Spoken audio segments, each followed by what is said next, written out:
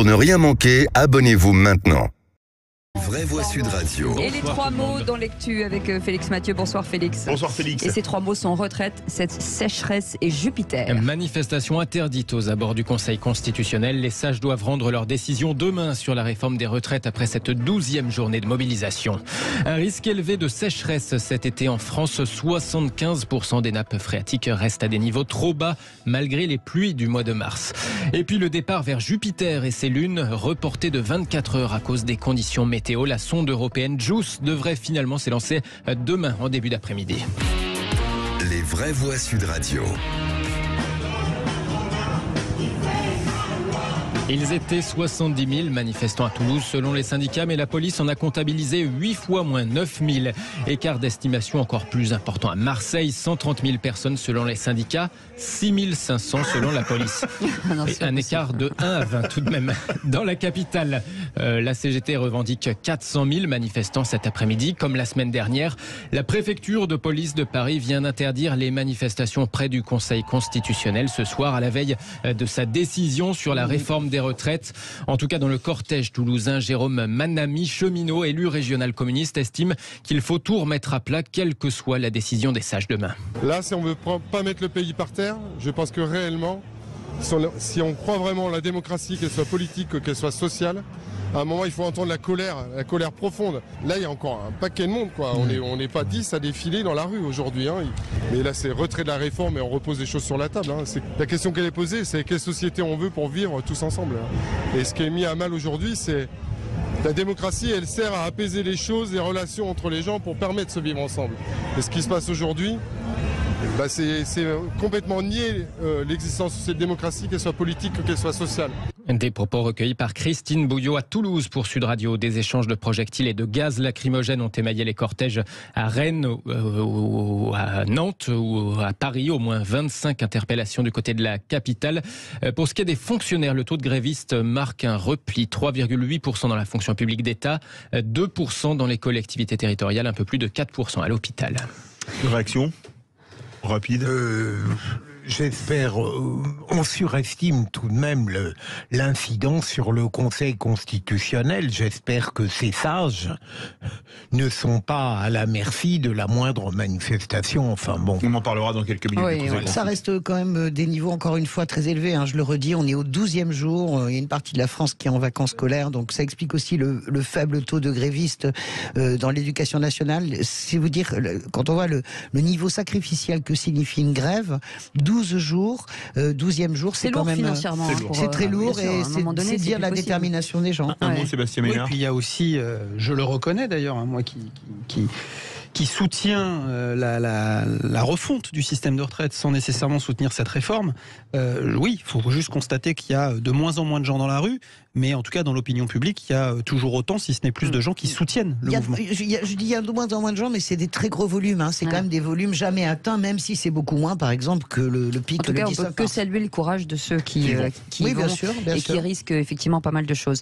Venons-en à ce risque avéré de sécheresse cet été pour plusieurs raisons en France. Oui, les pluies du mois de mars n'ont pas suffi à réalimenter suffisamment les nappes phréatiques en France. Avertissement du Bureau de recherche géologique et minière cet après-midi. 75% de ces nappes phréatiques restent à des niveaux bas, voire très bas.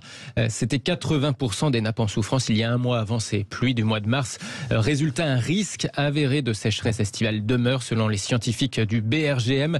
Reste un mince espoir que les pluies printanières puissent encore permettre de réatteindre des niveaux corrects d'ici l'été, selon ces scientifiques. Et puis elle doit explorer les lunes de Jupiter, lancement reporté pour la sonde européenne. Félix. Oui, les conditions météo n'ont pas permis à JUICE de s'élancer comme prévu tout à l'heure depuis Kourou en Guyane française. En cause, un rouge météo, autrement dit un risque de foudre. Lancement sur Ariane 5 reporté de 24 heures à demain 14h14 en théorie heure métropolitaine.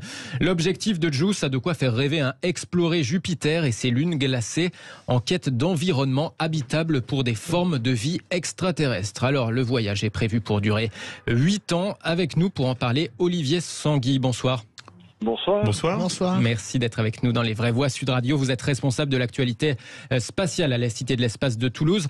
Alors, il y avait du beau monde à la salle de contrôle. Philippe, le roi des Belges, ou encore Thomas Pesquet. Mais finalement, le risque de foudre a été plus fort. Ça aurait pu être fatal pour la fusée ? Ah oui, on imagine qu'un lanceur rempli d'hydrogène liquide n'aime pas être frappé par la foudre, donc on ne prend pas de risque, voilà, hein, tout simplement. Merci de préciser, on a du mal à peine. Si vous voulez, c'est une petite blague. Hein. Ouais, Zeus est souvent représenté comme le dieu des éclairs. C'est lui qui a eu le dernier mot aujourd'hui, mais bon, demain on retente, voilà. Et on saura à quelle heure demain si le décollage est possible ou pas cette fois ?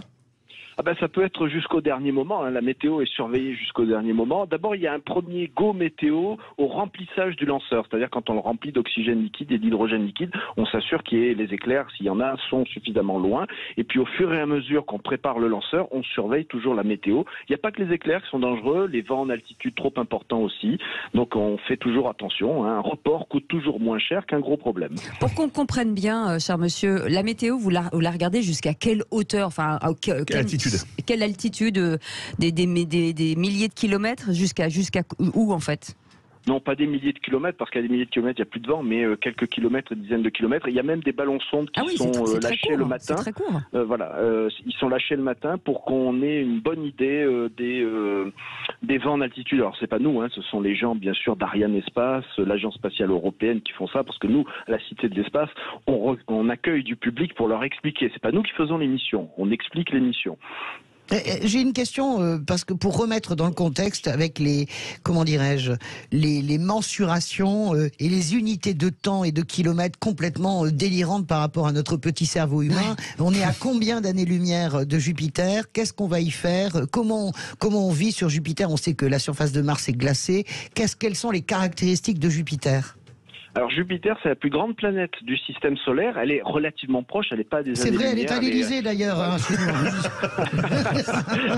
on n'est pas loin, Elle est très grande, elle est à environ 800 millions de kilomètres. J'adore comme ça, tranquillement, c'est pas très loin. Jupiter, c'est 11 fois le diamètre de la Terre, pour vous donner une idée de l'engin. Hein. C'est une planète géante gazeuse. On ne cherche pas l'habitabilité sur Jupiter, on la cherche sur 3 lunes glacées. Elles s'appellent comme ça parce qu'en fait, elles ont une croûte de glace, mais dessous, il y a très probablement un océan d'eau liquide. Magnifique. Et donc les scientifiques se disent peut-être que là, il y a la possibilité pour avoir du vivant. Voilà, c'est donc une des raisons pour lesquelles on envoie cette... Elles ont des noms, ces lunes glacées ? Oui, tout à fait. Les principales, celles qui ont été découvertes par l'Italien Galilée en 1610, c'est Io, Europe, Ganymède et Callisto. D'accord. Voilà. Et c'est Europe, Ganymède et Callisto qui sont les plus intéressantes en ce qui concerne l'habitabilité. Sébastien Ménard. Puisque ça a l'air de matcher avec Françoise de Gaulle, est-ce qu'il vous reste une place dans la fusée pour l'envoyer très loin? N'écoutez pas ces conneries. La même chose. Non, parce que Jupiter, ça l'excite tellement qu'il faut quand même l'envoyer, je pense. Alors, 8 ans de voyage. 8 ans de voyage. Je suis pas sûr que ce soit la meilleure destination touristique. Hein. Non, mais c'est des chances de revenir. Mais une question. Non, c'est un aller simple. Désolé, on a parlé du décollage. Il nous reste même pas une minute. 8 ans de voyage. Quel carburant? Parce que il faut une quantité de carburant phénoménale.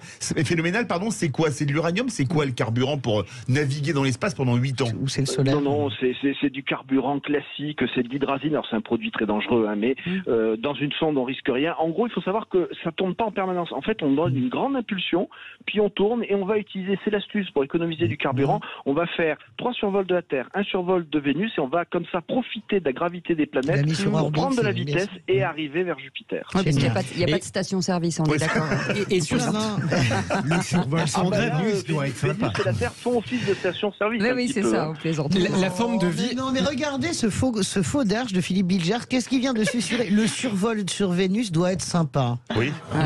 Écoutez, non, mais ça nous fait rêver. Non, on blague, mais c'est extraordinaire. Olivier Sanguy. Merci à vous. Merci. Sur les lunes de Jupiter, du coup, concrètement, on espère trouver quoi comme forme de vie? Des bactéries? On espère que ce soit potentiellement habitable pour les humains? Vous avez un mini Philippe David, vous allez arriver, crac. Oui, alors, honnêtement, c'est de l'ordre de la bactérie, mais attention, cette sonde-là ne va pas dire s'il y a de la vie. Ce qu'elle cherche, c'est savoir s'il peut y avoir les conditions de la vie. L'étape de chercher la vie, ce sera pour une autre mission. Merci beaucoup, Olivier Sanguy, d'avoir été avec nous, responsable de l'actualité spatiale à la Cité de l'Espace de Toulouse. Moi, j'adore les avoir en ligne parce que ça me fascine. Je trouve ça fascinant. Merci beaucoup. Ils m'ont proposé un vol en duo avec vous pour 2 ans. Vous acceptez? Très clair. Oh non. Non, mais 2 ans après quoi tu repars? Tu fais du stop? J'en ai marre. Ne me faites pas de mal. Merci Félix Mathieu. On reste ensemble.